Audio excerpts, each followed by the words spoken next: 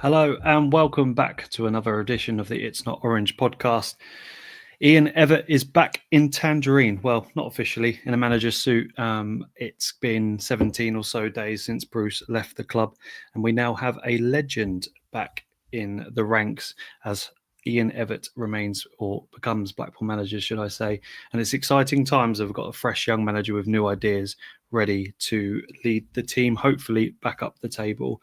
Joining me this evening, we've got Cole from a Bolton podcast to give us an insight on how Evatt is as manager or was as manager for Bolton and how he got them up the ranks and obviously established back in League One, fighting for the Championship. And we've also got Martin and Hoggy with me to give their immediate reaction on Evo coming back at the club. Martin, I'll start with you. It's Wellens wasn't your first choice; he was mine. But you're obviously happy that Evatt's back in charge, I assume, or in charge, should I assume? Yeah. Look, I won't lie. He's the person that I wanted from the start, and just because I think he's a good fit for us, and I like the way he plays football, and his record so far overall has been really, really good. And I just wanted an antidote from. I just wanted a new approach to it. And if it had been Welland, I'd have totally got behind him too, because again, somebody we can get behind as an ex-player. So it's just a really good day to get it done and get it sorted, and we're going to get stuck into it. And I'm just really happy that we've got somebody who really, really, really wants to be here. Well, that's the main thing for me. Yeah, Hoggy, yet to speak to you about the appointment. What's your immediate reaction? I think we all spoke just after Bruce obviously got fired. And he said, obviously, it'd be quite an ideal man to take the club forward. But now it's been sort of a few weeks. How do you feel about the appointment? Yeah, I agree. I think it's a really, really positive appointment. Like I say, back in Tangerine, he's looking Tangerine. He's had a great few months, hasn't he, Evo? He's looking That's good. Why yesterday there was a delay yesterday. Topped up. Tanning shops. Hey, do what you got to do. He's looking well. He's looking fresh, and he's good to go. You can sense that immediately from. Not just his interviews as well. There's a couple of other interviews that have come out, and Keith Sutherland's done one on Lancs, talking, really positively. That infamous group chat that the lads, the 2010 lads, have got going on. That'll have been buzzing all week, and there'll be plenty of support there for him as well. And obviously Cranes has come along too. Bringing Erds, bringing Dobbs. It's all very nostalgic, but all in the most positive way for the majority of Blackpool fans. So. Yeah, absolutely. A lot of positives. Let's not forget we are 24th in the league, so it is the only way is up from here. But I think he is. He's got a vision. Talking about his first interview, he sounded very, very similar to Mr. Holloway when he came in. Started talking about making small steps. It's a long way to go. We can't jump from A to Z straight away, but doing the basics, very, very well. Talked about set pieces a lot, which is interesting.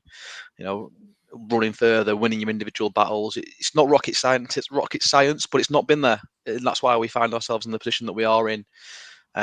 So good to hear him being honest enough to go away and reflect on how he was in his previous roles, not just the positive side of things and wallowing his own ego, but question where he could have improved previously and how he's going to adapt that moving forward. And he cares. He's passionate. He gets it. He loves the club. Really excited. Looking forward to seeing how this goes. Yeah, Martin, it's quite easy for a manager to come in, I think, and say the right words. Even McCarthy, before his incredible tenure at Blackpool, got me somewhat believing that he potentially, could turn the club around and keep us up in the Championships. I think you always get sucked in after a manager hunt when a manager sits down and starts to speak. Yeah. But genuinely listening to Evatt, I'd be really honest as the host of the podcast and tell you how I feel about most people. And he sat down and just said it's incredibly emotional for him, driving back into the club, etc. And even when he was at the Legend game, Amos, pointed out that he was saying obviously great things about the club and what it means to him about being there at that time as well. So he's kept obviously in tradition of speaking highly about the club. But I think the thing for me is how emotional he was and how level-headed he was. I get as time goes on, he might have his moments as Blackpool manager, but for me, it was I got a little bit emotional because not only did it flood back the memories of him, being a player for us for over 200 plus games, 8 years at the club, is a massive part of our history, of course. But to have him in the dugouts as a completely different person is going to be interesting. But he has a huge job on his hands, doesn't he, in terms of turning this I'm going to say it, like a bunch of spineless players at the moment, what they're showing on the pitch, sort of, try to climb back up that table as he suggested. Yeah, I think you're right. I think it's a hard act to balance the romance of it and then balance the pragmatism of having to sort of go, right, I know I'm revered here and I'm very well liked and I love this club, but ultimately you've got a bunch of players that are 24th in the league. And you have to kind of very quickly put the whole ceremony behind you and get on with it, don't you? There is no time to kind of... If this was the start of a season or in May or something, you'd probably be a little bit more like that. But he's just got to crack on with the job, hasn't he? And he just seems very driven. I think I've always believed, reading what people have said about him and reading articles and looking at his interviews, he's always looked to me to be a very driven... I mean, he's a driven player, but he's a very driven manager. And I think this is by far going to be his biggest challenge. It absolutely is, because nobody expects us to be here. We've got a horrendous injury record too, but we spent so much money that we shouldn't be 24th. And I don't believe we will be 24th for very much longer. And I think he'll get us going. But everyone's just got to be so patient with him, because this is a mess he's inherited. It's not his, and it's going to take time for him to sort it. But I believe he'll get there because he wants it. And I think if you want it and you've got fire in your belly, which is what we've been lacking a little bit, isn't it? Let's be honest. He gets us and he gets it, and he'll rise to it. And I think slowly but surely it'll be good with a plan. Hopefully it's better than good. Hoggy, one thing I really wanted to talk about. It's been since Critchley 1.0, Critchley version 1, since I've really felt something via a manager. As Critchley's fist bumps became famous, of course, and synonymous with the fan base, and we really couldn't get enough of him. And I was watching some videos back the other day before we appointed a manager of, him when we were at Middlesbrough, and him at Bristol City when he'd done a little dance in the air, and Sheffield United when he tapped the badge and was almost crying. We just thought we had something special with Critchley, which we did. But fast forward sort of a year or so, and he was gone. And when he came back, he was nowhere near as the man he was the first time around. And every single manager I've had since, apart from having a bit of aura with Bruce the first time around, winning his first 4 games, the first Blackpool manager to do so, I have yet to connect with a manager. And I'm hoping that, Evatt brings that to us, because I want to enjoy Blackpool Football Club again, and I want to enjoy the man that leads us forward.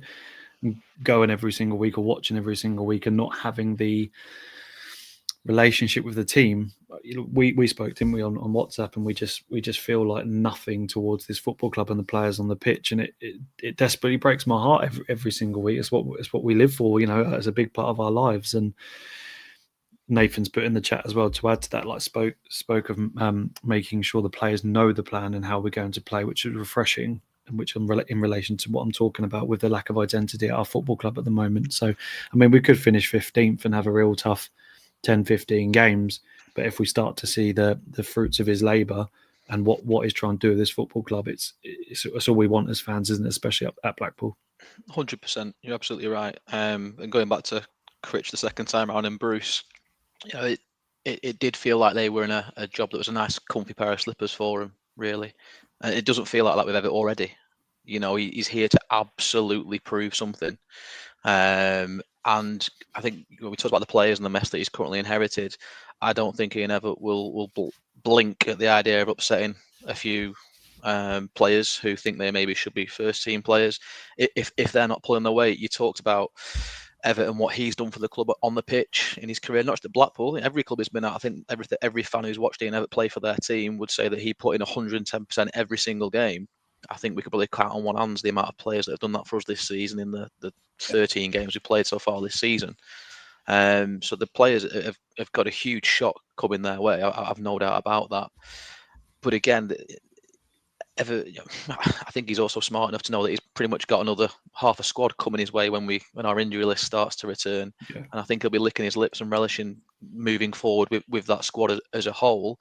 So I don't think he'll worry too much about upsetting people in the short term. Try to do the absolute basics right to certainly the next 3 fixtures. Obviously starting on Saturdays, it's a massive one. I think it's the ideal fixture, if I'm honest, because there's a set of players you've basically got to show you've got the kahunas to go out there and put the work rate in and graft against the team who are directly above you.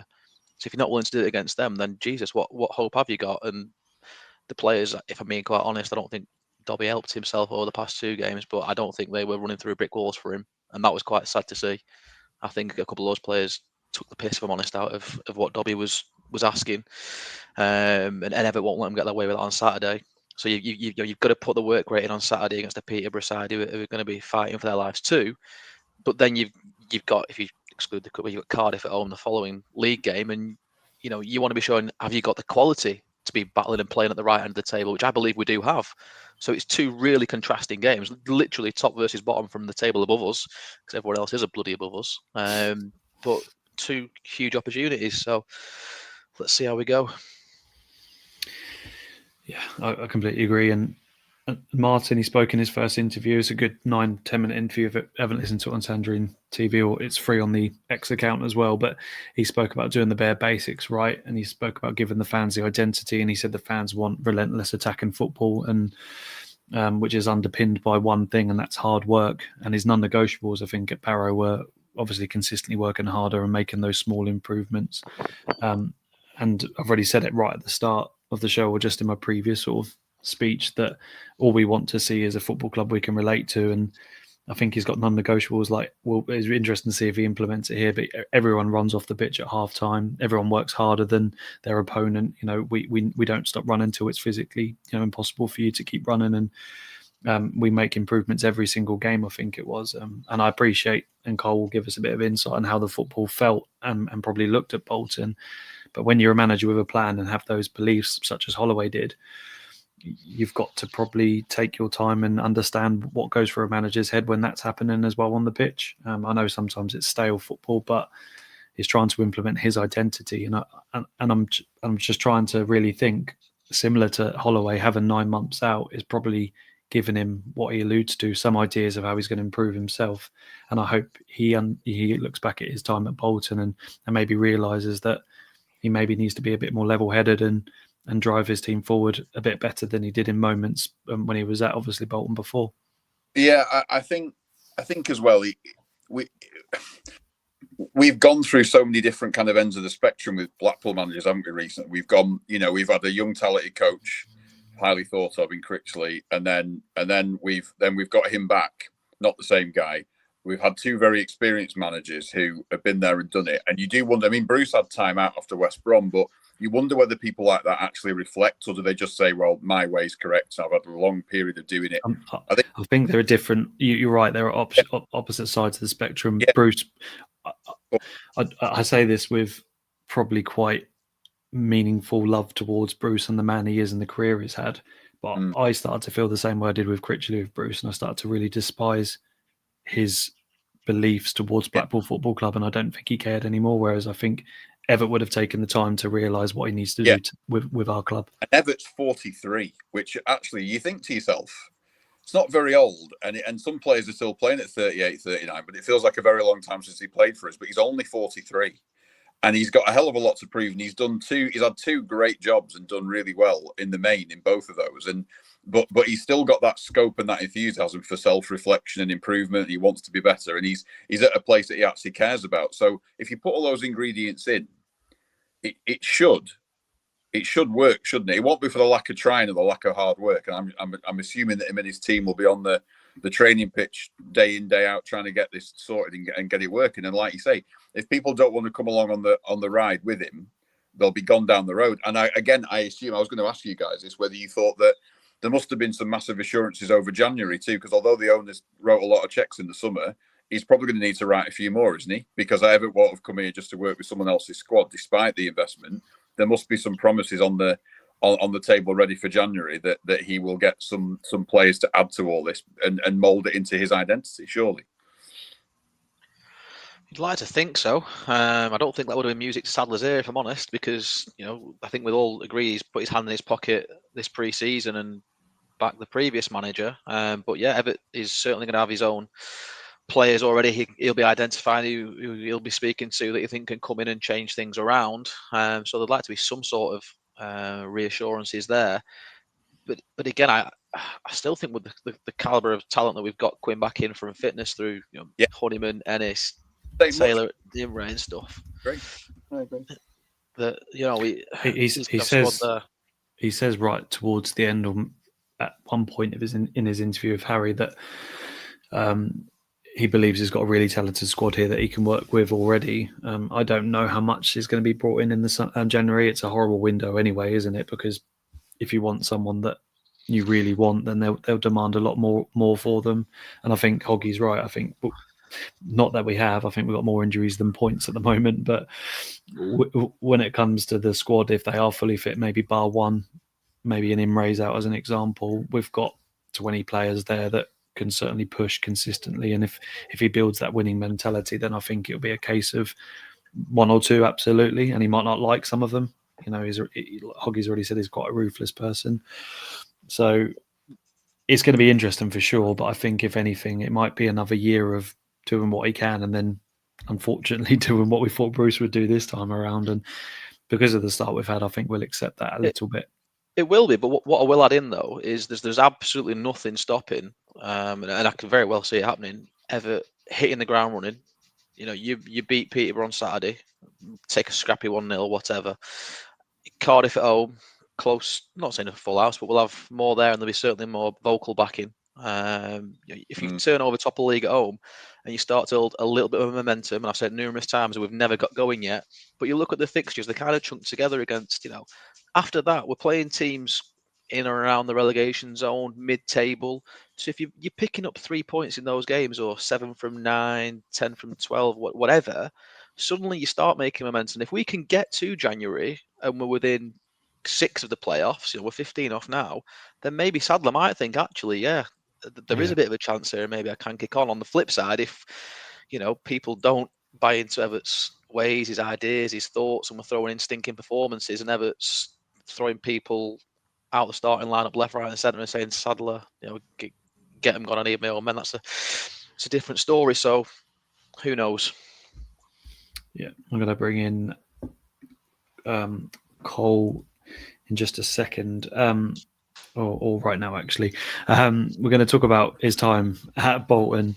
Martin, just before, welcome Cole, by the way, but just before I bring in and talk about his time at Bolton, you look back at his managerial career already at 300 odd games or 350 games, isn't it?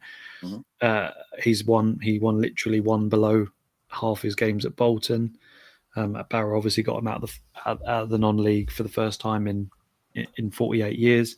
Obviously, a small time at Chesterfield, like 3 games, whatever it is. But Bolton went after Evatt for good reason, and impressively, I think 130 wins in 261 games is unbelievable, and it's not to be sniffed at. And I think we said previously, Martin, if Evatt wasn't our previous defender and we got him, we would say this is one of the biggest cues we've had of, you know, in our football club in terms of getting him as manager.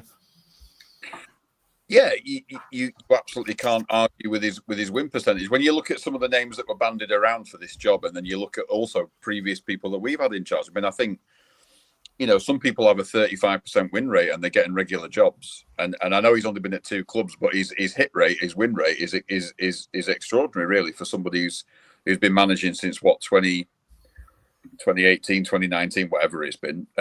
So yeah, absolutely. Even if he didn't play for us, you said, well, there's a smart, intelligent manager with a bit of fire in his belly who's got a really good record. And I know at Barrow, we looked on from afar and said he's got to be our new manager because of the way that he was playing, and we assumed that he was the first to say, I think, weren't you, mate? Yeah, no, right. And I think when Critchley got it, we maybe expected.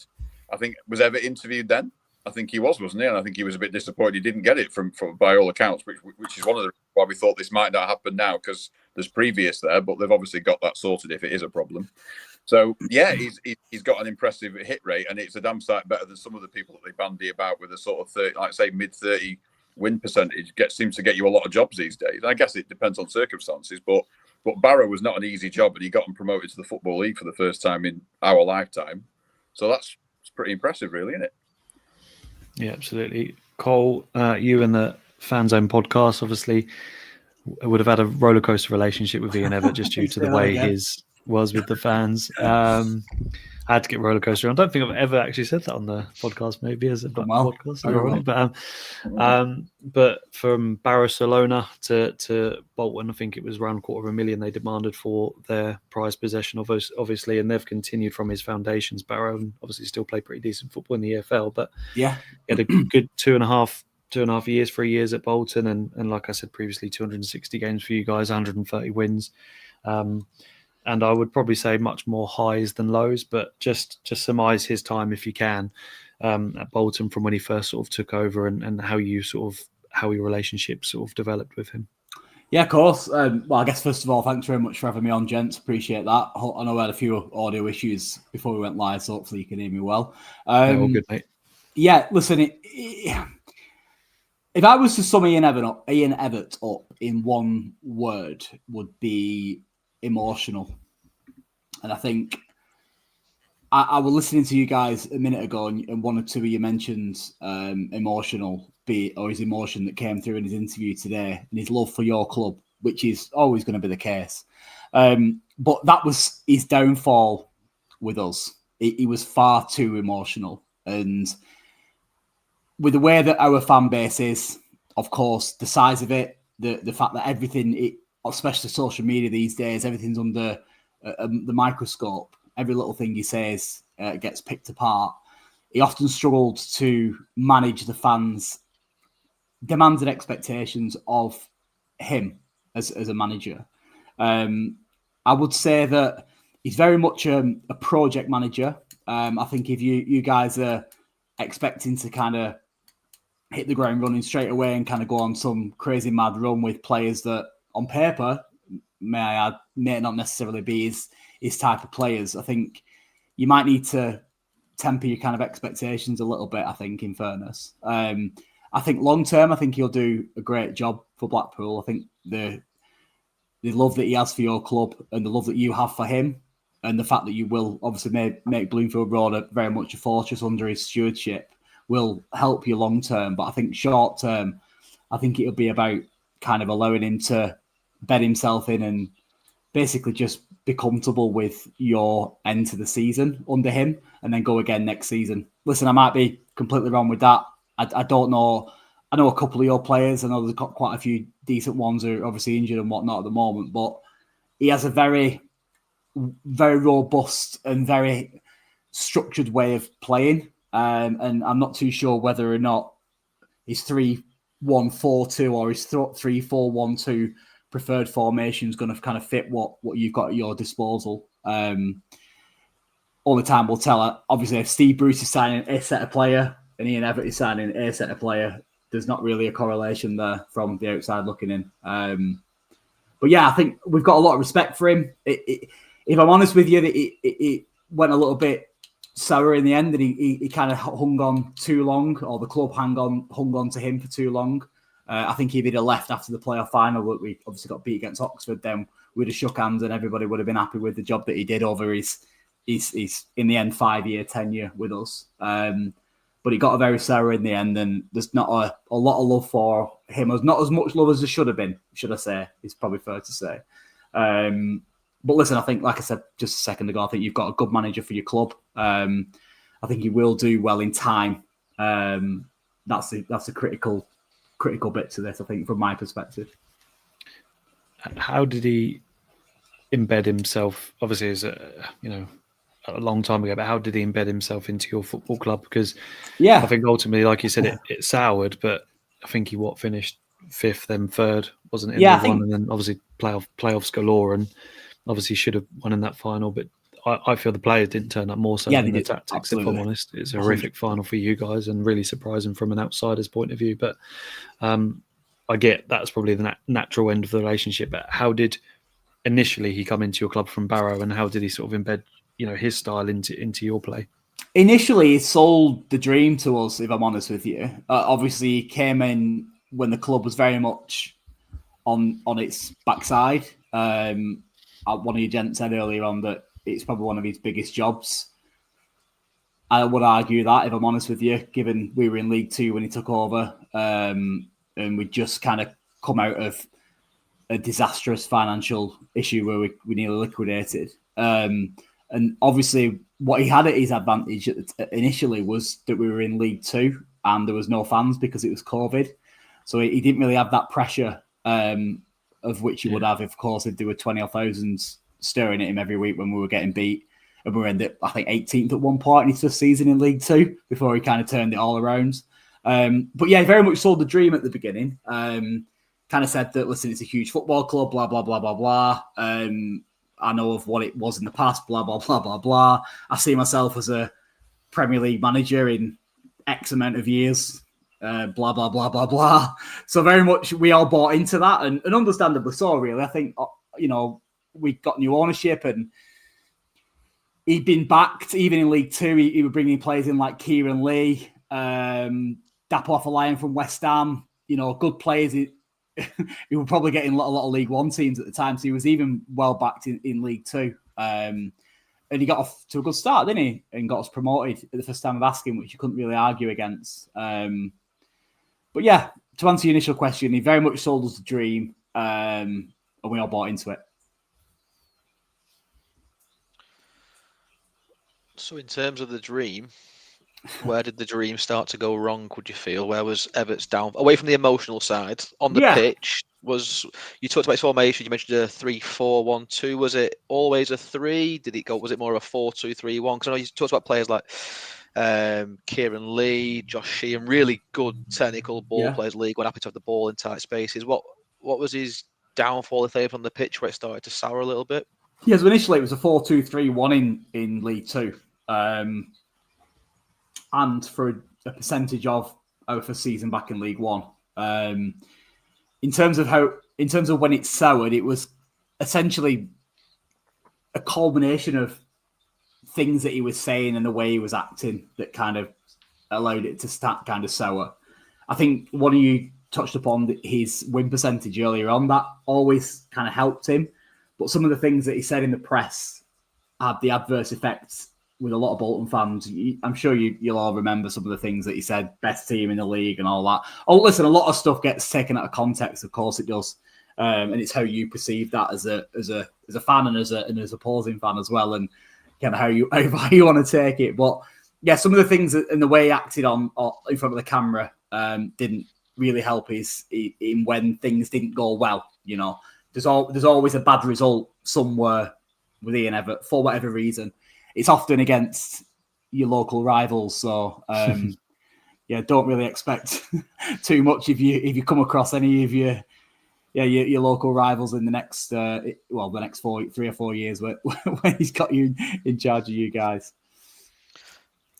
I was going to add in, do you think that's something that really, because obviously Wigan, let's be honest, they're a tin pot club, we can all agree on that. Absolutely. Yeah. Is that something that really stuck in the back of the throats of Bolton fans? Because you were often flying and in form whenever you faced Wigan, but they somehow managed to turn you over. Is that something that Bolton fans struggled to let go a little bit and held against him too much, maybe? Or I mean, you only play. How often did we play him under Ian Evatt? What, maybe 4 times, 5 times, 6 times? I can't quite remember. But he didn't win any.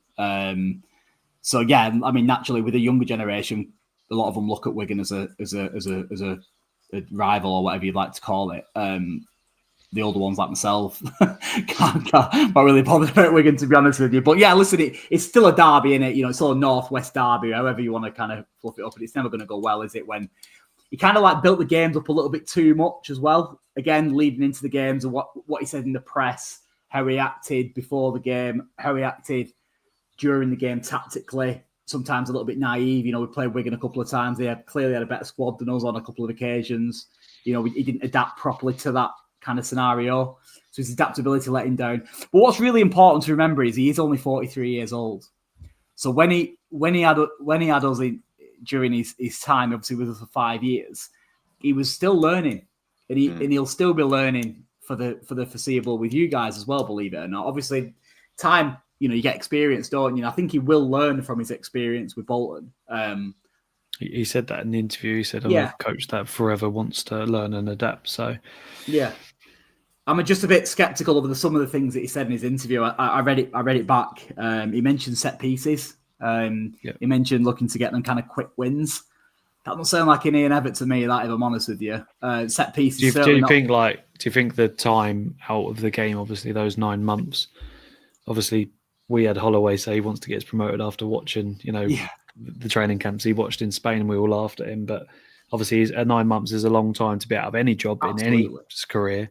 So for him to sort of sit back and analyse himself and his past, and I'm not being biased here, Evatt himself. Obviously, I watched a lot of Bolton just because it's League One football and we're in and around that, and we just watched the football, and we got it under Critchley where you kept the ball for no apparent reason at all and not necessarily with any purpose. But I always feel like if you've taken 9 months out, even if you take a week out from being away from something, you go, well, what can I do differently? And he's had quite probably the perfect amount of time just to be out of the game to come back into a job where he can implement his own ideas. And I think what's important as well over that 9 month period, I think if I was trying to look at it from a positive perspective, if I were a Blackpool fan, is football's evolved again a little bit. I think he even referenced it in his interview today, referenced Arsenal and the amount of goals that they get from kind of set pieces. And that is something that he clearly recognised in that 9 month period that he's out, that football's changed a little bit. And his kind of pep style that he harped on about a lot, he's kind of he's not dying a death, of course. It's not still build up from the back. It's still, breaking the press down and all that type of stuff. But maybe he's looking to adapt the way he plays. Maybe that's what he needs to do to be able to get teams out of League One. Because I think his style with us was his downfall in the end. Yeah, I was going to ask you about that. So early doors at Barrow, obviously the Barcelona comments were quite funny, but at the same time, he adapted a 4-3-3 formation where the right winger would always stay free. So the out ball to him was always thinking he wouldn't have to necessarily track back, etc. But the way that Barrow started to play and the way that you started to play was priding themselves on scoring a lot of goals. And defensively, I think one season you only conceded like 30 odd goals. So he got your defence working well and obviously scoring a lot as well. So that sort of style, clearly, less like Hoggy said, take away the emotional side of it. What style of play did he bring to you? Because going from catastrophic circumstances to conceding less than sort of 40 goals and scoring a lot, how did he implement that, and how did that come across to the fan base? Because if he starts to do that with Blackpool, obviously, and he's learned from his mistakes, obviously we can, it'd be nice for us to have an identity, because at the moment you saw that when you played us, we had like 12% possession. Yeah, that was one of the biggest takeaways actually from that game. From my perspective, you looked out of sorts. You didn't look like you had an identity at all, and that's something that he definitely will give you, an identity. 100%, you will know what a Blackpool team looks like under Ian Evatt. He's heavily reliant upon his wing backs. If you look back during his time with us, I can top of my head, Declan John, wing back. Marlon Fossey, wing back. Connor Bradley, wing back. Who else have we got on the left side? Can't remember. Anyway, there was a heavy reliance on the wing backs when he's playing this 3-4-1-2 formation, because obviously he has 3 centre halves. The 4 becomes a 5, 2, and so on and so forth. So the build up slow from the back, very very slow. Might irritate you a little bit. But an emphasis hugely on the wing backs. When he managed those, like we've just said, 9 months is a long time in football, and he might be looking to adapt his ways. I think we just pulled some of the quotes up. He said looking to he spent some time on himself, understand what went well and what didn't, some of them type of things. So yeah, I think he's obviously interviewed well, hasn't he? So fair play to him. Zach Ashford, Sorry, one of the things I was going to ask you was, I've read a few Bolton fans. In fact, I've read a lot of Bolton fans' comments. It seems to have... It's been a busy day. been definitely polarised opinion, but a lot of the accusations that have been levelled against him are sort of, Schumacher's struggled a little bit because Evatt spent the budget. But I wanted to expand on that, and I was just ask you, how much of an involvement did he have in transfers? And is it a fair kind of... tag to give him that he kind of like wasted a load of money, or is he what's the setup at Bolton in terms of the involvement with transfers, and is it a fair accusation to say that he blew a load of money on McAtee and a couple of others or whatever? Recruitment, I agree with you there, Martin. Recruitment under Evatt and his time with the players they bought were regardless, I mean, we spent $1 million on Taylor. We've spent money, and they don't look great, right? So football's a risk. But Cole, his points really, Martin's points really good because in my opinion, recruitment over a few years at Bolton was nothing short of quality. So did he like Martin said, did he have an involvement in that? Or is it your team that do it? Yeah, he did.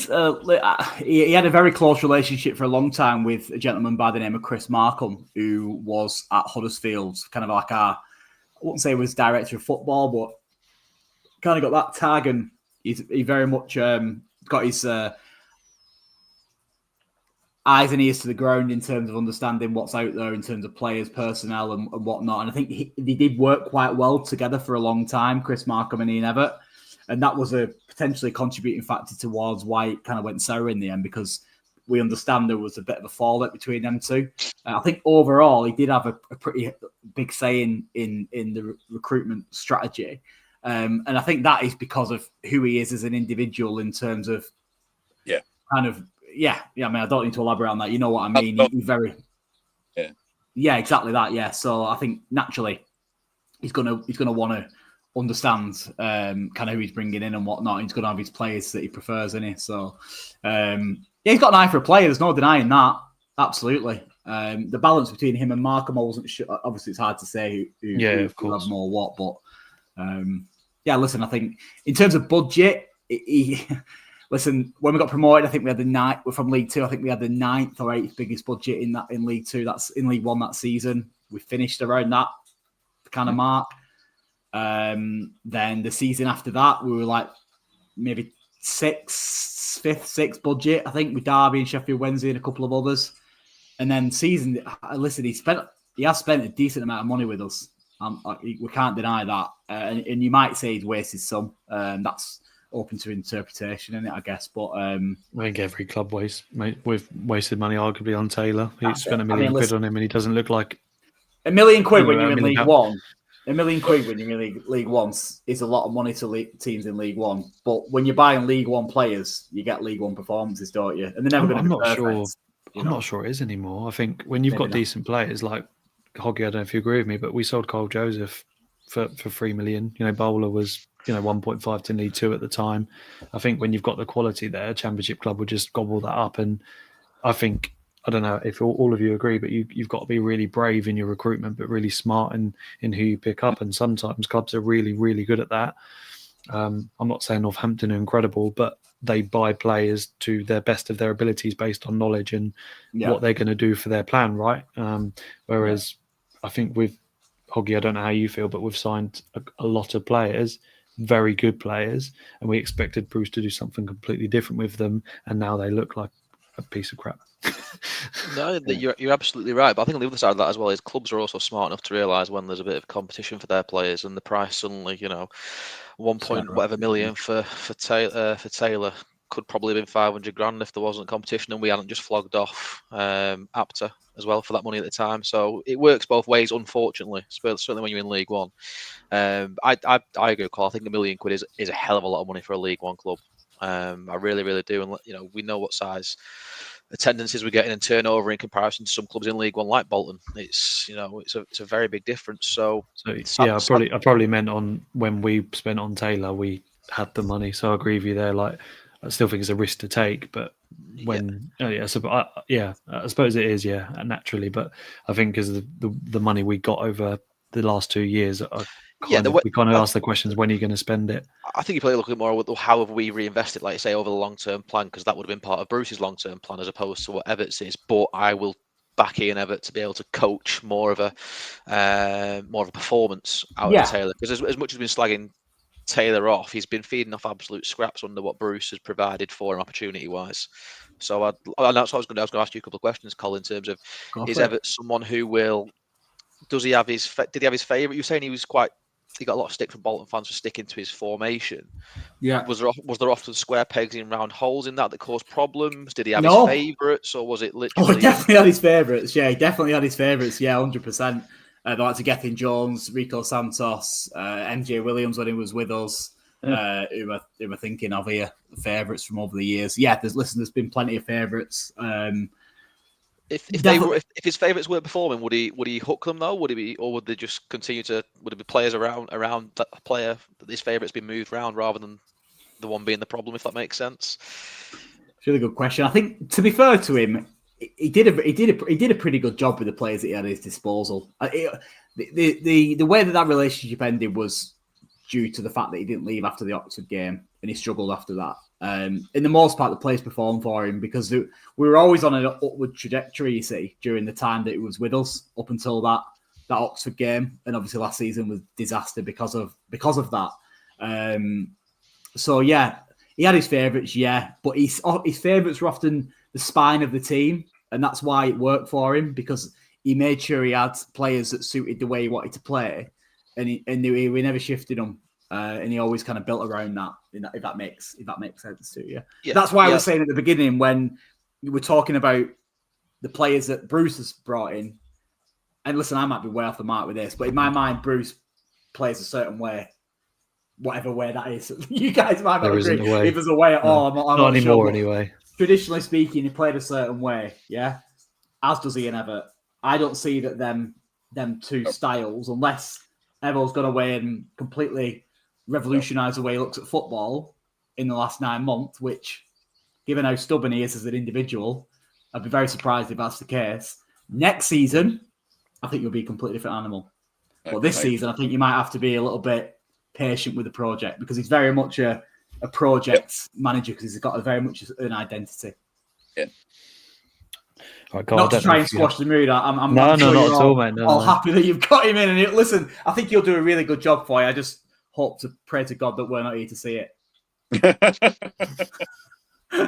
Right, mate. I know you've got to go, but thank you for giving us an insight on Evatt, and we, fingers crossed it works out a little bit better than most Bolton fans think it's going to. Obviously for our sake, but not maybe yours. We've got we've got a lot of admiration for the guy. Like, he did a really good job for us. A lot of respect for him. I'm not so sure wishing Blackpool the best of luck is probably the best thing to do as a Bolton fan. But that's my own personal opinion. But in terms of Ian Evatt, it's the right opinion, mate. I appreciate you coming on, and I understand the feelings towards both clubs. But yeah, absolutely. But listen, I think long term, I think he'll do a really good job for you. I think you just need to be a little bit patient. And if I'm wrong, then I'll come on here and hold my hands up when you see us in the playoff final in May. Imagine that. That'd be horrific. Anyway, thanks again, buddy. Cheers. Have a good evening. See you later. I'm not sure. Last season was a disaster. They sacked him, 4 points out, being the playoffs. They just sacked him because the fans didn't like him and the football wasn't to their liking. I think. It was just time. It was over, wasn't it? It was over. Yeah, and he said that as well, didn't he? He said it's his time. That was over. Well, like I said, I was going to say a bit like Critch with us, though, really, wasn't it? Critch should have gone after the Reading game. Season over, we dragged it out into the start of next season. It made a mess of it. That was the same with Evatt for them, and they've obviously got a bit of recency bias where they felt like they were just going over the same old ground, similar to us with Critchley. So we absolutely understand where Cole was coming from, etc. But I was pleasantly optimistic with hearing with what he said in terms of Evo's flaws, and linking that to Evo's interview today in terms of, yes, he has his favourites, but Cole was saying they're the ones who actually were performing for him and were doing what was expected. And that's something that we had to go at Bruce for. We go back to the first game of the season, allowing the benchmark of standards that were set to be set at such a low bar of individual. Evatt isn't going to do that, so that's positive in that respect. And again, even already, Cole saying I was surprised to hear Evatt talk about the game's changing, little wins. That's part of the bigger picture. Evatt knows where he wants to take us, but he's got to show some progress straight away. And if that is, scoring the odd goal from set pieces here and there, little patterns of play starting to emerge, it's clever management if you can pick up on that in between, because you're not just seeing results might not go our way, but if you can see performances are improving, because let's be honest, we've had neither in the past 13 games. So those small wins will be really, really important. And if they are very basic, so be it, because that's what, great things are built on solid foundations. I think Evatt has, in that 9 months, gone away and been able to hopefully reflect on that. Certainly the emotional side of things as well. Taking a step back, I watched the the Man City treble documentary. And I know Evatt absolutely loves Pep, and Pep said it himself in the Champions League final when they lost to Chelsea in Porto. He said he was really, really harsh on the players. He was too direct with them, expected individuals to do this, that, and the other. And his team talk in the final, against Inter, the second time round, he said, I was just really relaxed and told them to keep doing what they were doing. It would come, and they went on to win the treble, obviously, in the Champions League. So hopefully Evo, from his 9 months out, has been able to pick up where that emotional side of things can help him moving forward. Maybe I like to think it was Evatt defending the players, sometimes putting himself in the spotlight, maybe a bit too much possibly at Bolton when the fans were trying to get his squad, and he was trying to take a bit of flack off them because their expectations were really high. So Pep's obviously a genius, but he started to self-abuse in the dugout last year by scratching his head until it was bleeding. So everyone does get a little bit emotional, and I agree with you. Like, I need Evatt more than we needed Bruce and Critchley. And I'm going to be intrigued with how the official interviews go, because they're always tailored around already answering the question. It was a frustrating night, wasn't it? And Bruce would go, "Oh yeah, blah blah blah blah blah." Whereas I'd like to see how Wellens or Evatt at the time, obviously, of appointing the manager, wanted to react to that, because if you saw what Wellens reacted to after Saturday when he basically called his players non-footballers, etc., it'll be interesting how Evatt handles himself after frustrating afternoons and how he communicates about his squad and the questions he get asked as well. So I just think or anybody that interviews the Blackpool manager are now very much looking forward to being able to complete a question. Right, gents, moving on. We've got 14 minutes or so to talk about what the rest we want to talk about. Martin, I am going to take a guess to say that I don't think that this is this backroom staff that Evatt wants. I think Craney is, absolutely. But I think in the next 6 months to a year, maybe we'll start to see a considerably different backroom staff. Maybe Dobby and Banks are there, but I think he will want to bring Gilks in. I think he'll want to bring some of his own men in and start to give this club a new identity. But he obviously had Atherton at Bolton, who kept a level head with him and kept him guided, from what I understand. But he's gone with Stephen Craney, obviously one of Blackpool's best ever players. Incredibly intelligent defender, and obviously a very passionate player as well. So it'd be interesting to see what he brings alongside Evatt. But were you surprised that Craney came in, or was it very much what you thought was going to happen? No, especially when the rumours were that he was coming in anyway. But yeah, I'm not at all surprised, actually. No, not at all. I'm just surprised not to see Matt Gilks arrive, and I wonder if it was a bit of a sticking point, and maybe that was an issue with the negotiations. But I thought this very same thing tonight before we came on. I thought this in the summer, I bet you any money that there's a little bit of a shake-up, regardless of what happens. He will want to bring in his own people. I mean, him and Stephen Dobby must get on, I would assume, very well because of the history, part of that amazing team. So I'm sure he's happy to have Dobby around, but I am surprised that Gilks wasn't announced as part of the deal. And I have nothing personal against Steve Banks whatsoever. I genuinely don't know if Steve Banks is a good goalkeeping coach or not. The perception, because let's face it, over these past 13 games, we've blamed pretty much everybody and everything because we've been so shit. We've conceded poor goals for a long time, though. Really poor goals. Yeah, everything's getting slagged off, isn't it? Really, when you shit, you do that. But listen, I love Stephen Craney.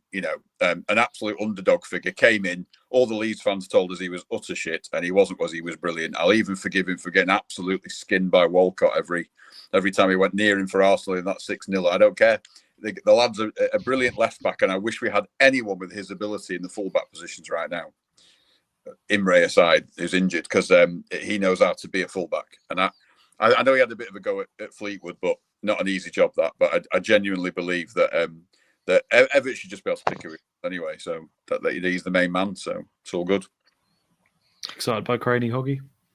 Oh, 100%. I'd be absolutely happy to see the whole 2009, 2010. Just the whole squad. The whole lot, yeah. Just make room for anyone. On the dugout. 100%. No questions asked from me. Get Brett back in as the kit man like he was at Bolton and so on and so forth. Ishmael de Montagnac can come and be, I don't know. we'll find something. Hammer Buat said a lot of them. Hammer Honestly, Buat can be the linesman. yeah, 100%. No, look, let's give Cranes his credit. He's done a lot of coaching work, first team coach, Wigan, Fleetwood.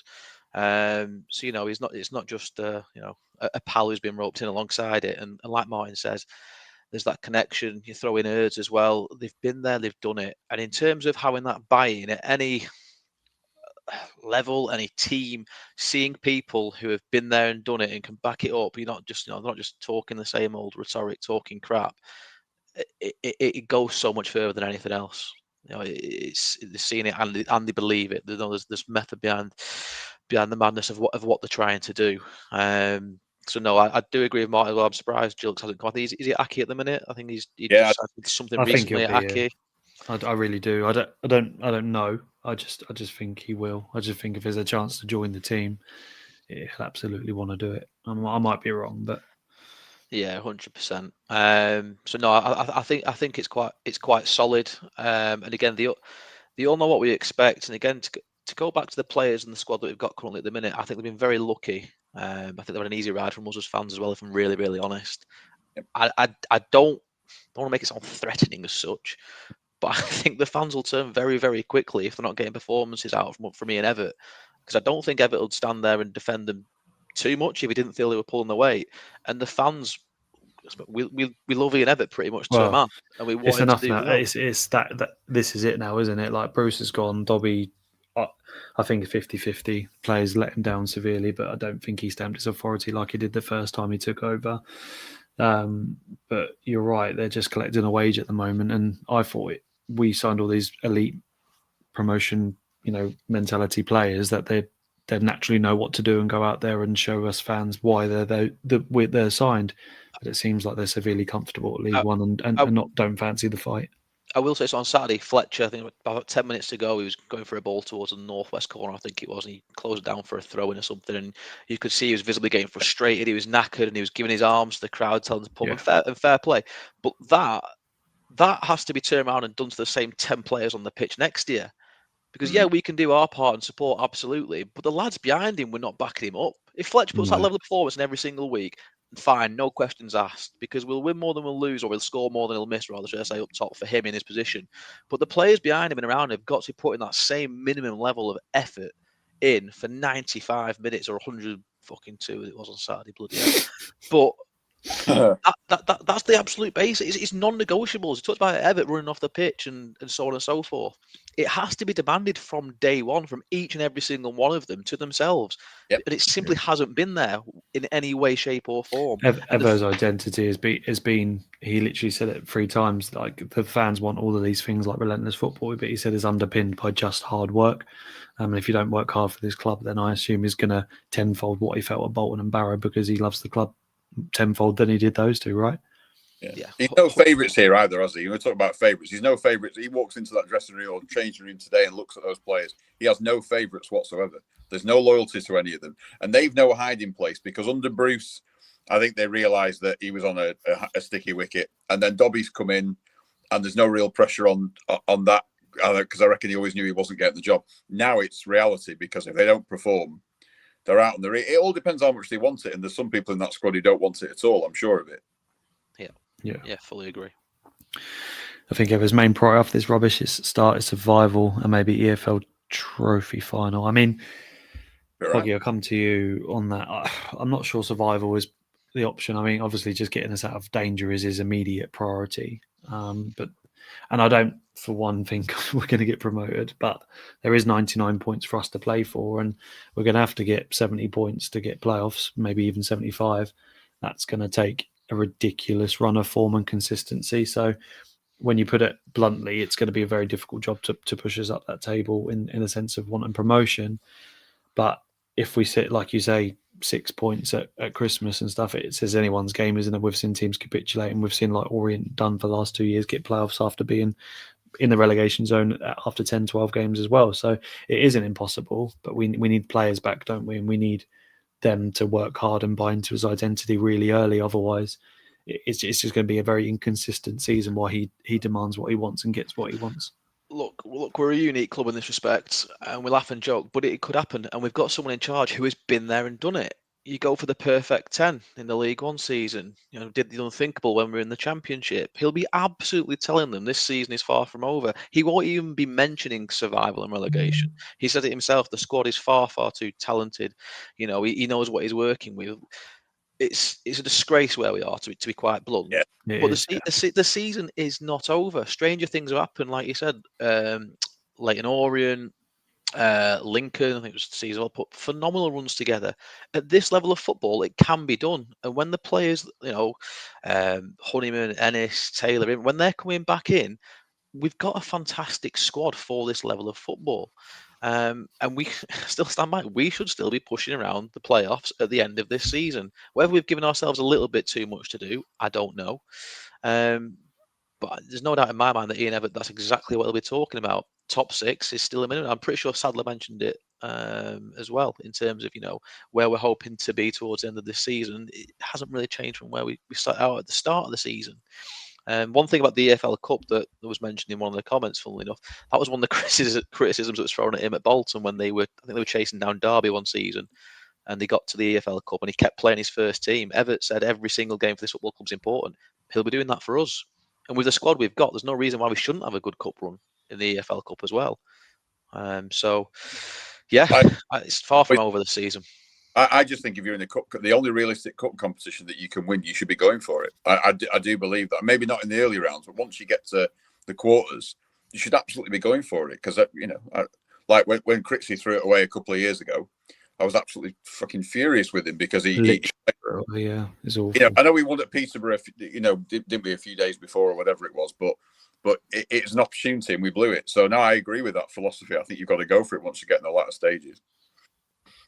Just lastly, then, one player that might want to join the coaching staff after this endorsement. I think he's still at Everton, but it was incredible to see Southern not only give an interview but just talk highly about the club still after not being involved in such a long time. Hoggy, and I'm currently reading Holloway's book, How to Be a Football Manager, and he talks about his time when he gets to Blackpool, and we can all remember him sitting there at the desk, whatever that was, maybe a table with a cloth over it, and he sits there and obviously talks about the history of the club. And in the book he points to the wall and he says, these are the legends of the football club, and now I want your names to be there. And he fulfilled that prophecy, not necessarily the long-term one about the training ground, etc., but Ian Evatt knows, he lived that. And Southern lived that and knows it, and he couldn't speak highly enough of Evo, and he literally says he is an incredible football manager.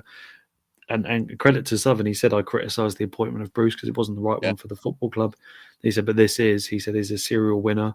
He knows how to get this club going, and I believe it's going to work out well for him. He could be wrong. We can't always guess the future, but to have an endorsement like that to one of your friends, don't get me wrong, but also someone that knows the football club, if he criticised a player like Bruce, he's certainly going to give his true emotions on Everton. It's all pointing in the right direction to say he's probably the right man at the right time for Blackpool. We hope, obviously. Yeah, absolutely. And again, it wasn't just a mate giving a mate a little leg up.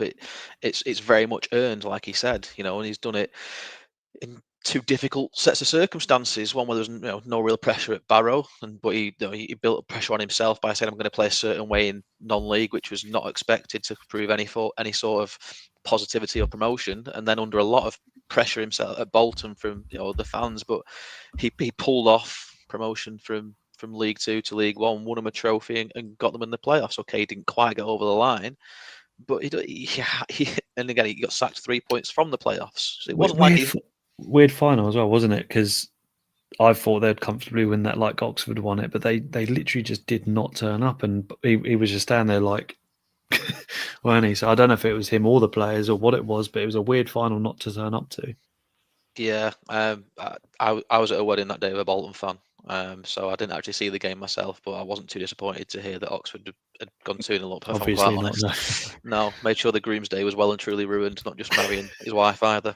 But no, going back to Keith, in terms of having that level of support in football, I think Keith still is at Everton. So if we're talking about potential January signings and loan markets, etc. James Coleman back. Full circle. Absolutely.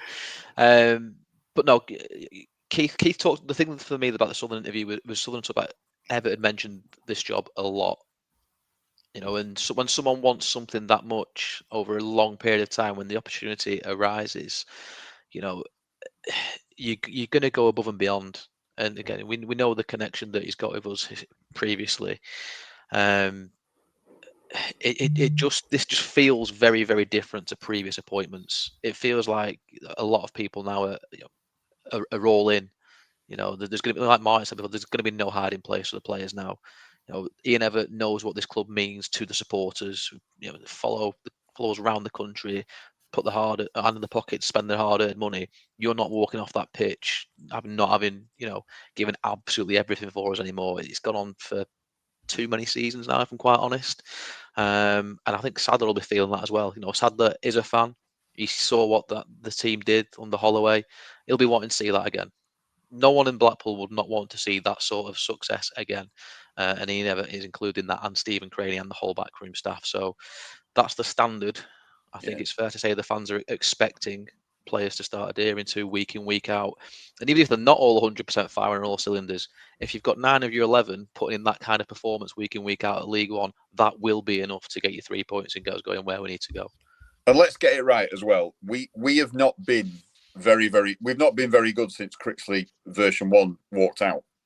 The club has not been right on the pitch since then, whether it's Appleton, McCarthy, Crixley again, Bruce. It's not been right for very long. You've had periods of looking half decent, but it's not been sustainable, and it's been garbage. And I do wonder whether the club has got some plans to try and get not just the appointment of Evatt, but trying to get the fans back in the ground, because like you said, Tom, I was at the Wycombe game like Hoggy was on Saturday, and to sit there and look at it, and I was surprised the crowd was 9,000, to be honest, because they only brought a few. But it's soul destroyed, because that ground has never looked better, has it? I think we can all agree it's never looked better in our lifetime, and there's no bugger there. The North lost its verve a little bit, but I think it'll get it back now that they're there. But I do hope that something is done to try and There's no connection from top to bottom, is there? The players don't give a crap, and with all due respect, the silence is deafening from the media side of it, isn't it? In the PR, I get Sadler doesn't come out of his letter anymore, and the official interviews are horrific. They're just so sterilised. It makes you not want to listen to every single post match. Even the Tangerine, the preview show is bonkers now. It used to be pretty decent, and now it's 15 minutes shorter, and 5 of that is the pre-match interview that they put out before anyway. So it's just poor from every corner of getting the connection with the fan base going. So, but they've got an opportunity, haven't they, to reset that if they want to with somebody to get behind. No, I agree. Yeah. Yeah, I was just going to say the club would be mad not to. I know Evo talked about not dwelling on the past too much, but the club would be mad not to start looping and tying that back into the most successful period in my area and most fans' area following this football club, linking that back into where you want to go. And when results and performances do start turning, they'd be crazy to miss that kind of opportunity, because you're absolutely right. The ground is, and I've been a big part of that, it's absolutely flat on its backside, and it's not nice to be in. And everyone is currently going through the motions.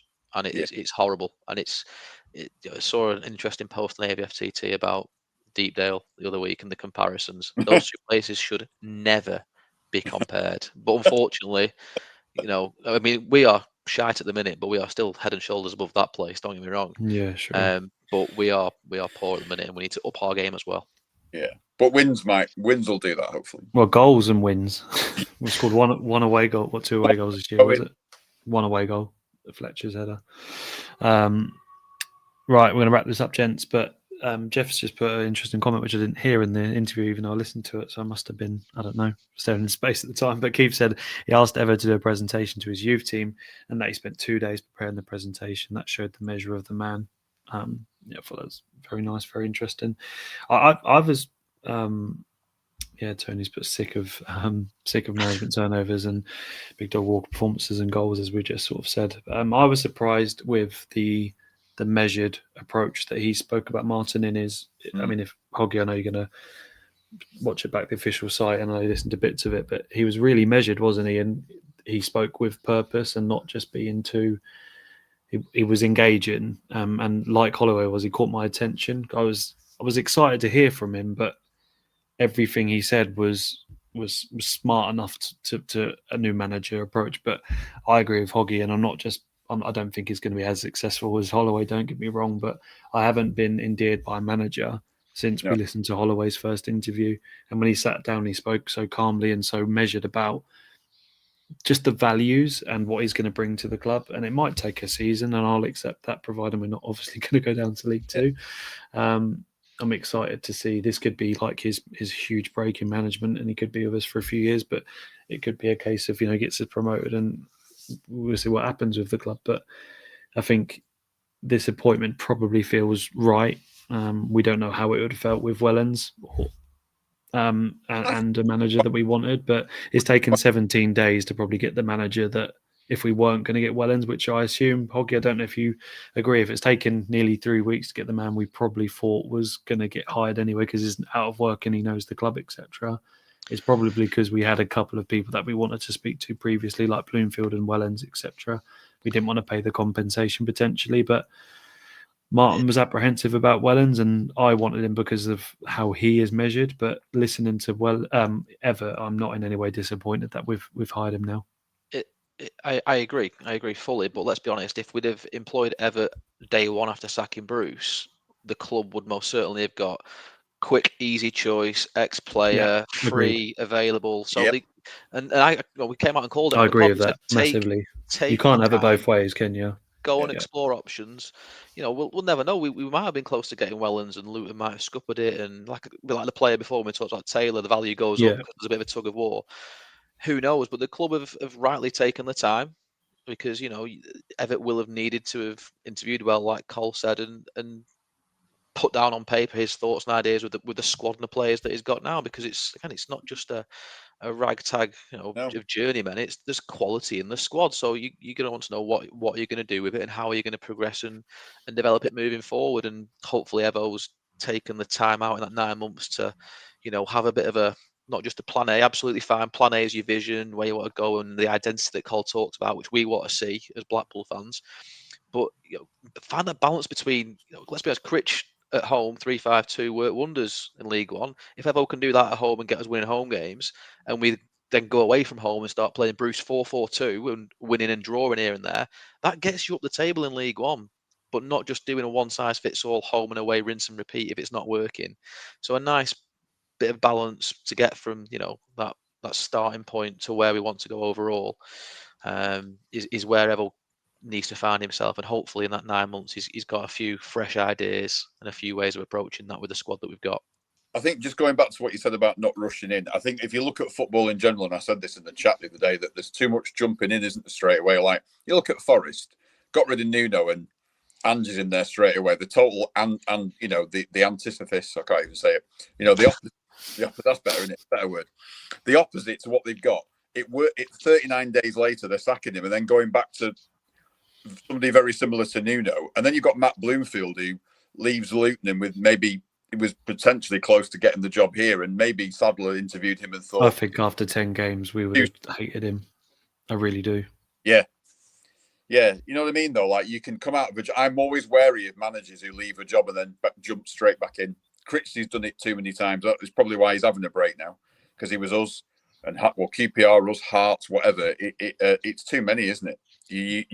And Holloway, I always remember Holloway is the benchmark for that. Took a year out because he was seen as a bit of a joke figure, wasn't he, Holloway? Because we said, didn't we, either disaster or it'll be amazing. And it was amazing because he had time out to think about what he was doing, and Evatt's hopefully done the same thing. So, I think we were right to be cautious of appointments. Again, Holloway took Leicester down. His final job before he came in. We're not talking about a guy in Ian Evatt who's had a stinking season. They were 3 points off the playoffs when they sacked him. And the whole of football seems to think that he was a complete utter train wreck at Bolton. Do you not think? Yeah, absolutely. Well, that's mainly the Bolton fans, I feel. But Evatt. It's like what the hell are you talking about? Like, as if he's some sort of disaster figure. He's not, is he? If he did what he won 130 games out of 261 league games, that is mental. It's literally mental. Yeah, totally right. Just very quickly then, gentlemen, I'll give you your 30 seconds on, as Martin, I'll start with you, your immediate expectations from the players and the manager? I know we've probably spoke about giving effort, etc. But what do you want to see in the next sort of 5 games from Ian Evatt first and foremost? The green shoots of an identity, because it's an overly used word in football, and I get it, but we do need it because we haven't had one for so long where you actually know what you expect a Blackpool team to look like, and we had that under Critchley when we got promoted and the season in the Championship afterwards. We need that again. We need an identity, and we need leadership, and we need people kind of like willing to die for the shirt, and to quote Charlie Metford off my favourite Sunderland documentary, the piss take party needs to stop, because everyone's on an easy street here, and it can't be. Everybody from the top downwards is on an easy street here, and Evatt won't accept it. So let's get our standards up, and if we get our standards up, we'll be miles better. Hoggy? Can't disagree with too much of that. Commitment, desire, absolute basics. Stop fucking pointing at each other and waving your arms around when things go wrong. Lee Evans. Not just Lee Evans, there's numerous ones. You know, you were laughing and joking before to a Holloway pointing to players on the walls. There's players' faces on the walls over at the Armfield, and anytime Evo and Crady want to bring the lads over after performance that hasn't been good enough to the Armfield, right. You know, I'm sure they'll be more than welcome to be told a few home truths. And I'm being deadly serious when I say this. The absolute ambition and aim for this season, even now, should be top 6. Damn right. Yeah. It should be top 6. It's that simple. Yeah, totally right. We've made an absolute dog's dinner of it and put ourselves in a really fucking shit situation. But you've done it yourself, so get yourself out of it. And if you're not willing to get yourself out of it, I'm going to sound pessimistic. Do you think, you know, Ennis out for another 6 weeks? You know, Honeyman not quite back yet. Imre out for 3 months, etc. Do you think there's quite a distinct lack of quality to be able to push consistently for that top 6? I don't think it's quality. I think it's desire. If you've got other people in your team or role who are unavailable and you've got an opportunity, why are you not jumping all over it? Because absolutely no one has at the minute. They've all put in stinking performances and going back. They're all on, like it's an easy street, and it's not acceptable. No, it's not. So it'll be interesting to see what formation he goes with, because we've only literally got one striker, unless Butterworth, who scored 5 goals the other day, hat trick the week before, is available and he comes on as a bit of a hero or whatever. I don't know, but it'd be interesting to see if he goes 4-3-3 like he did initially at Barrow and get Banks and Bowler on the wings and Fletch through the middle. And it'd be interesting. I mean, we're technically playing the second worst team in the league. We're not going to get a better opportunities to attack on paper and league table position, worse team than us. So I'd like to think on Saturday we will have a go, and the players will be wanting to show what they can bring to the team for their new manager. And top 6 should still be the absolute target. No doubt about it. This league is shite, and we are a large part of it. So let's change that tune. Absolutely. Agreed. Right. Any more? No, all good. Don't really want to do a Wickham review after an hour and 12 minutes, but I do want to say Ashley Fletcher's goal was absolutely fantastic. He did take it very well. He second half, I did feel sorry for him. He was absolutely flogged up on his own out there. So yeah, that maybe you can go. That was one of the bright sparks, and that's the standard in terms of effort, because he was knackered when he went off that pitch. So fair play to him. But again, turn around and look at the other lads behind you on that pitch who aren't backing you up. Start asking questions of each other, because that's where it's got to come from.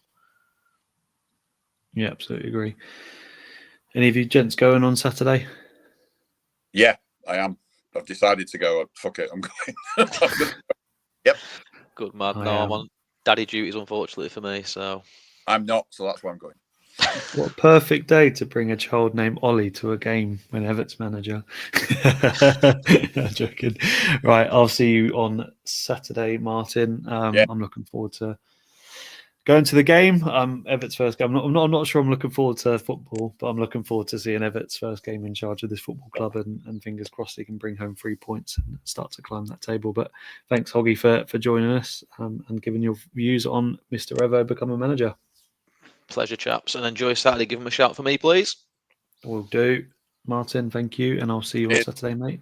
Take care. All the best. See you A later. huge thanks for everybody in the chat. It's been a busy evening, and I appreciate all your comments. And we'll be back to review this game and maybe with a preview on Friday. I've got a couple of Peterborough guests who's asked if they want us to do it, so it'd be really interesting to see their insight on what is a relegation battle officially, and a 6-pointer to get us both out of that relegation zone. But for now, from everyone at the It's Not Orange podcast, we'll see you soon.